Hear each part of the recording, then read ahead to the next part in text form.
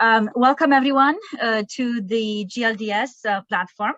I'm Professor Claudia Cotca from Washington, DC, and founder of the platform. And I'm particularly pleased to see everyone there here on the platform, as well as for those who will be joining us post symposium, just because of the geo positions that everybody is coming from on this. I'd like to say a warm welcome to our ambassadors, to our members, and I'd like to just announce that we are increasing in the not only membership but also ambassadorial representation from all over the world, and more specifically, I'd like to give a special welcome to Ambassador from Mongolia, GLDS, as well as newest board of directors member, Professor Bazar Amarsai Khan, who will be making some remarks and just a brief introduction later on in the in our timeline here. I also would like to, of course, welcome our GLDS Global Ambassador, which Krista Sherban, and I'm sure that all of you have had the opportunity to not just be introduced, but recruited by her as well as interact with her. That said, I'd like to just point out that today's symposium is part of the mini-series, which is basically substantiates the core elements of the subsector of what GLDS wishes to accomplish in terms of leadership skill contributions to existing healthcare experts, both in the, of course, dental and oral craniofacial sector and discipline, as well as the extended healthcare disciplines. That said, today's topic, of course, will be on modern questions for the dental lead on media issues. And I would like to, first of all, just welcome Krista Sherban with a few comments. Hello, everyone. So I will give a quick introduction before Dr. Claudia Cotca takes the floor. So Professor Claudia Cotca, DDS, MPH, is an internationally recognized lecturer, USA expert with ADA SCDP, AAMI, ANSI, ISO, IEC, ITU, AFDO, healthcare analyst, dentist, toxicologist, founder of various ventures in private and public health with expertise in innovation of clinical protocols, medical devices, global laser technology, clinical applications, and oral systemic axes, global health sector intelligence, healthcare policy, and expert witness before USA Congress and White House. She's appointed at rank of professor at Liberty University School of Health Sciences and international research collaborator with the Dental Research Center using conventional and alternative technology of Victor Babeș University of Medicine and Pharmacy, Timisoara, Romania. Thank you. Thank you very much, Krista, for that. And to jump exactly right in the scope of our topic today, essentially, Krista gave an introduction as a representation of what a media pitch bio of an expert should look like. And sometimes the requirements, of course, of the rendition or reference in the context of media interactions, as well as media collaborations and contribution, requires even less of a succinct representation, but by no means comprehensive. And so with that said, we are actually here to of course, address this core issue. I like to just remind you that these are just the basic core essentials. There will be subsequent symposiums in much more greater detail from experts in the media who transact in the healthcare commodity space, both on the actual product side, meaning development, products, as well as the actually reporting side, which is the journalistic side. With that said, here are the disclosures listed on the screen here for you.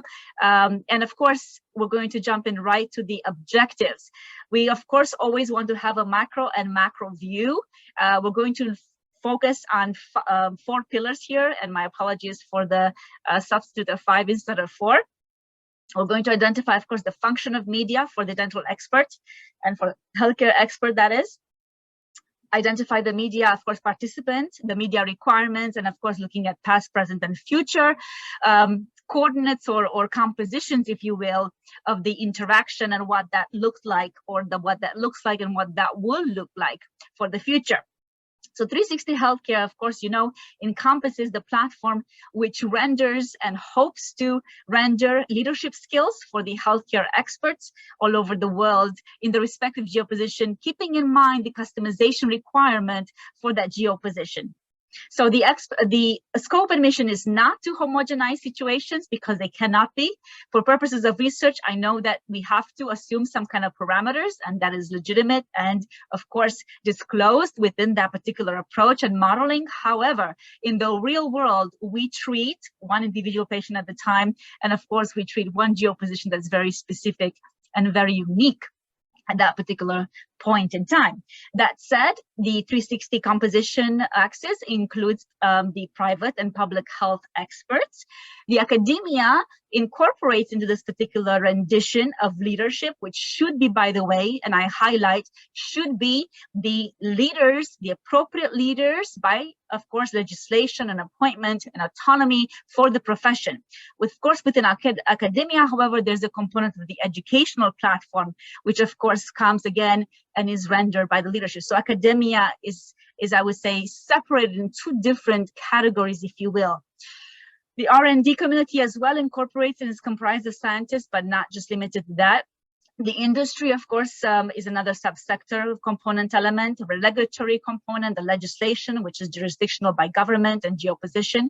The business subsector, of course, has the essential contribution, the unique value propositions, as well as the consumers platforms and the consumer component, the media and the legal. And today we're going to just focus essentially on the media, as already mentioned, knowing that each subsector, of course, it's its unique contribution definition, as well as potentiated rendition of not only understanding the sub-elements components, but also the ability to easily read through them in a very time-sensitive manner, and of course, commentary from the expert, irrespective of early career or more senior position.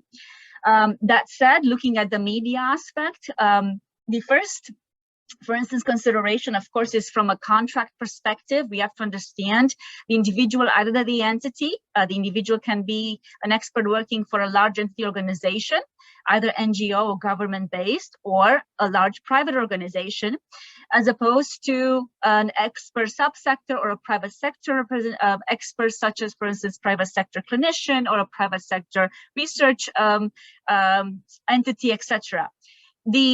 Of course, the rendition of this has to, first of all, one thing the expert cannot do is I would say, exercise the availability for the full scope of the contribution and comprehension in the opportunity for in media representing the subject matter, if they don't understand the contract, if they don't understand the language, the perspective, and the unique position the media is in. Particularly on the expert subsector side, the private sector side, of course, oftentimes these type of scenarios or these parameters are much lacking resources and, of course, accessibility to the media context. And this is, of course, has to be self-directed or represented.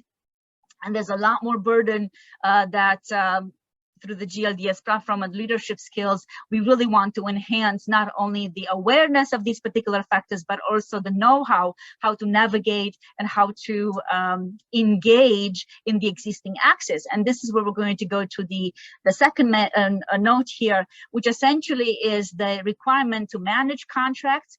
However, the contract does need to be understood in terms of not only the language that is utilized from a legal perspective responsibility, as well as from an application and utilization perspective, meaning the expert needs to understand the flexibility of open carte blanche, if you will, of rendition. It is oftentimes forgotten that the subsector platform, such as media, will come and solicit the expert contribution, and or the extra contribution, or the expert will engage or try to secure media accessibility. The reality to be remembered and prioritized is the expert has the carte blanche of contribution. The knowing, of course, merits then and build on the confidence of not only, of course, remembering that the expertise is there, but also the allowance for the fluidity. And oftentimes media, as any other entity, will have its own agenda. They will want to, for instance, cover a particular example on a subject matter, but they will want to skew it from a perspective, for instance, that might not be as substantiated by the accuracy of the science, or it might be a new potentiated or probed position, which hasn't really been tested properly through the protocols or know-how or the paradigms of scientific evaluation that we as experts understand and know. At the same time, from a private sector perspective expert, a private clinician, the perspective also has to incorporate the actual individual, the consumer considerations in the community at large. The influence and the potential opportunity for the influence to render educational awareness that expands beyond just one individual, which oftentimes gives the opportunity for a one-on-one treatment. However, having the platform accessible to the consumer at large gives a great deal of meaningful opportunity to incorporate both technical language, meaning addressing in one scope the agenda of the media pitch and media requirement. At the same time, however, keeping in mind, first of all, the integrity of the expert and the subject matter expertise requirement, as well as the scope and mission of the subject matter, which is to protect the patient.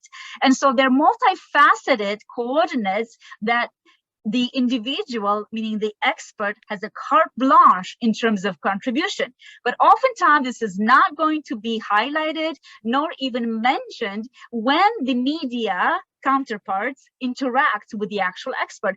And it merits, and even though it's understood, but it merits to be highlighted to the experts. And I would say that this is one aspect which often goes missed, and of course is easily forgotten or can be easily forgotten when given the opportunity to interact. That said, the corporate culture, for instance, that exists in large entities, let's say experts work within the auspices of academia, they work within the auspices of pharmaceuticals, they work with auspices of industry, private sector, or for instance, NGOs, non-governmental organizations, or even the government-sanctioned funding, that direct funding under the auspices of government. We know that there are restrictions and parameters. And yet, the expert has the due diligence to respect the integrity Hippocratic oath of the subject matter. This coordinated requirements deserve, of course, the attention, deserve, of course, the recognition and the protection, and at the same time, the fluidity and the navigation of the expert through the interaction with the media proposition, whether it is time limited to less than 2 minutes or there's a 5-minute segment. However, note that again, going back to the freedom of the expert has an amazing carte blanche potential to incorporate things both in micro and macro view. Now, one thing to be said is about the fact that media oftentimes, as any other entity, has its own priorities.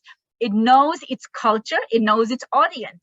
And oftentimes I've observed that media wishes to have very simplified terms, concepts. However, I always caution when I interject myself with media for the past 15 plus years that simplifying the concept oftentimes can allow for and risk for leaving out essential participles or participants or elements of the picture, which is absolutely necessary for the consumer to obtain. And so my own individualized, I would say, approach to address the oftentimes the almost what it looks like a two differentiated expanded variables that are not nearly coincided as they should, is to share both technical nomenclature as well as layman's terminology within the composition. So the message is that one cannot compromise the expert subject matter composition in quality or quantity, but on the other hand, it needs to keep in mind the media's targeted goals in terms of the audience requirements. And I have to say that oftentimes media can be I would say stuck in a past cycle of activity. And I'll give you an example. One particular opportunity in media which kept recurring with a great deal of interest, and I was invited frequently within a very short amount of time back on the same live segment in the media, highlighted that they really would prefer to have the technical nomenclature essentially be eliminated from the conversation, the contribution, and just keep the simple terminology, as the forefront. Now, I know very well that the audience will always engage in discussions with friends, family, strangers, researching the online information, and very rarely actually have access or even care to go to the more research journals that we, of course, deal with, and we, of course, as experts are well suited and trained in those particular subjects. That said, when the individual starts to do comparison of value propositions between what is said in simplified terms to what it actually is in terminology terms, oftentimes there's a complete loss of disconnect. And if very simple terms, I'm going to use this analogy, no longer the comparison is between apples to apples, but rather apples to oranges and to strawberries. And the consumer may not even know they are navigating away from what the actual depiction or the reference invokes. And that results in confusion. So, and yet the media producer kept saying, we really would like you to just step that aside. And of course, later I found out this was just as I would say a historic assumption, of course. And there were some data to in the past show that. However, as population profile change, my question to them was, well, are these the audience, are there any type of changes in the audience that are showing up on the shows? Because numbers, of course, and statistics lead essentially in terms of the funding for media outlets. And they said, no. As a matter of fact, your show and the segment has very, very high recurrency, rate. So the reality here is that yet the media in this particular case did not suffer any type of setbacks. By on the contrary, the audience actually was increased during particular segment, and yet they were trying to meet assumptions that were perhaps historic but not current. And this is where experts, of course, can delineate by logic and by evaluation where the subject matter and how the subject matter gets to be illustrated, irrespective of time limitations. Now, speaking about time limitations, real-time contributions, of course, are the best way for experts, healthcare experts, to actually practice, even though it may be a de novo startup or a baseline introduction to media. The no edits essentially premise is probably the best. My recommendation is the best way to approach it, because very rarely edits actually are even rendered. And so the self-imposed discipline is really the way to gain experience. And the aspect of the limited time opportunity, and as I mentioned earlier before, the introduction page that Krista Sherban has noted was intentionally in the format that you typically don't oftentimes hear in an academic presentation. or let's say in an industry presentation, or in a governmental presentation, in a hearing or a regulatory hearing. So every sector, and media specifically, has its own parameters, and understanding how to, of course, navigate. And sometimes contracts may not be written, but rather verbally just secured. And at the same time, the extended scope now in media doesn't just rest on television or live contributions, but rather in radio, online, written information, as well as representing the entity through press releases and contributions in more small, brief scope, pitch-like, elevator speech-like formats, or executive summary contributions, or of course much larger contributions in white paper positions, as well as other types of contributions as thought leaders. And of course, I would say the presentation of this example that I've just noted has to match the subsector level of composition requirements so that it is actually recognized. If, for instance, a press release is written and released and it does not follow the intricate rendition of the parameters themselves as to what media would expect, essentially it would be ignored or sidelined, irrespective of the concept being absolutely superior, and it might even have taken, the #1 interest. However, because it doesn't follow format, it's completely ignored.